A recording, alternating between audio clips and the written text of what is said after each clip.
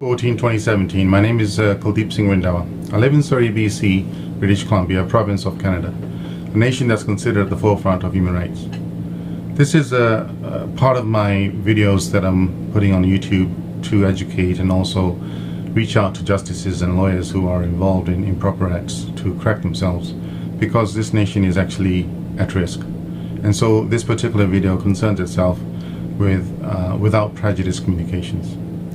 When a lawyer is actually retained by a client, that lawyer would often write a letter and call it without prejudice. That basically is to protect the interest of the client that he's representing. But in doing that, he's actually sometimes, because the lawyer has not done a proper review of the documents that's been stated by the client.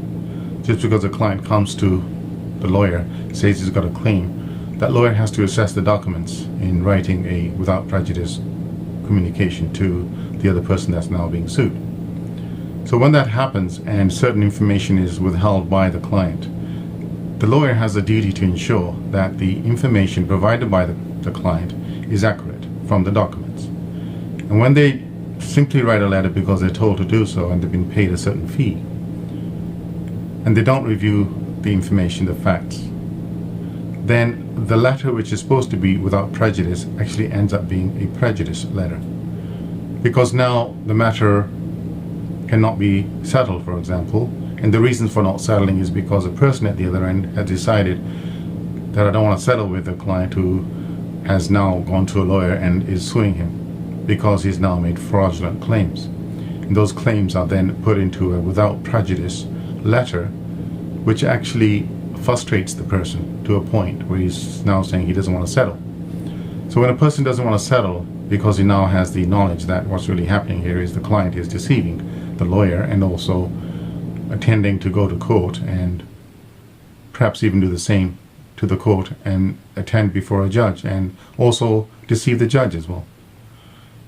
So when that happens, the without prejudice communication actually ends up prejudicing the matter of the client that is retained a lawyer, because a lawyer is duty bound to look at the true facts.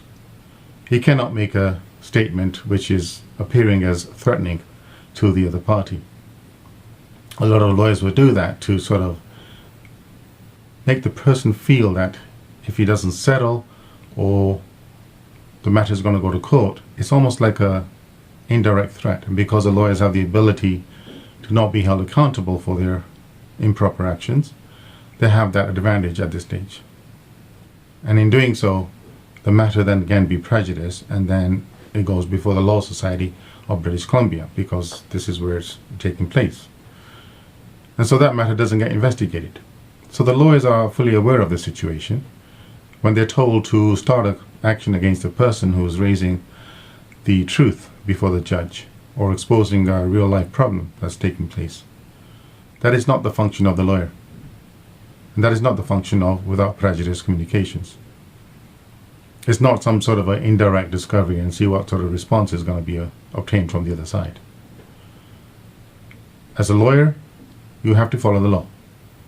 You cannot start a letter which is marked without prejudice with evidence which is hearsay, just because a client has told you that's what the story is, but actually the story is totally incorrect. So now when fraudulent submissions are made in without prejudice communications, the client is now prejudiced. And so therefore that client, doesn't matter if that client has told you a lie. It's your duty as an officer of the court to ensure that even your own client is not breaking the law and is not doing some fraud. And so you cannot assist in that. That is not why you're paid $250 an hour or $500 an hour so you can go to court and deceive the court and tell lies. That's not how the system works. And you guys know that. And so hopefully this short video will help a lot of self-representing litigants. When you receive a without prejudice communication and you know the facts of this matter is not as it should be because you have evidence of documents, what you can do is challenge the lawyer who has written the without prejudice communication letter to you and tell him to disclose the documents ahead of time proving those statements that were made in the without prejudice communication. There is a reason why you have without prejudice communication, is to protect the client, but not when that client is doing fraud or making deceiving statements to the other side. And so I think that is sufficient enough video that perhaps the Law Society of British Columbia can come up with some sort of a guideline and distribute it to all lawyers on what a without prejudice communication is. Because certainly the intent of that is not to deceive the other side into threatening him by making false statements so that the person can give in and settle, so that person doesn't have to go to court, especially in British Columbia where the courts are not listening to self-representing litigants, where they're conveniently declared vexatious when they're not. So I think that's enough. If anyone wishes to contact me, they can do so by email. My email is kuldiprandawa5@gmail.com. That's KULDIPRANDHAWA5 @gmail.com. God bless.